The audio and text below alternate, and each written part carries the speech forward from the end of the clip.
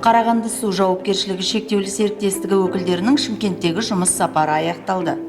Тәжірибе алмасуға арнайы келген қарағандылық су мамандары Ақбай Қарасу су жинақтау орнына барып, жер асты ұңғымаларынан су өндіру және оны зарарсыздандыру процесімен танысты. Қарағандыда тіршілік көзі негізінен өзеннен алынады. Сондықтан әріптестерді Шымкент тұрғындарына берілетін ауыз су қайдан, қалай тартылатыны қызықтырды.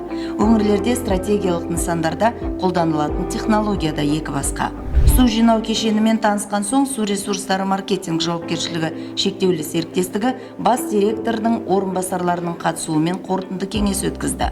Тараптар сумен қамту мен кәріз жүйесінің заңнамалық және қаржы экономикалық тұстарын талқылады.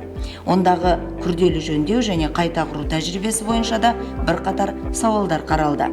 Екі су арнасының өкілдері болашақта тәжірибе алмасуды жалғастырамыз деп тарқасты.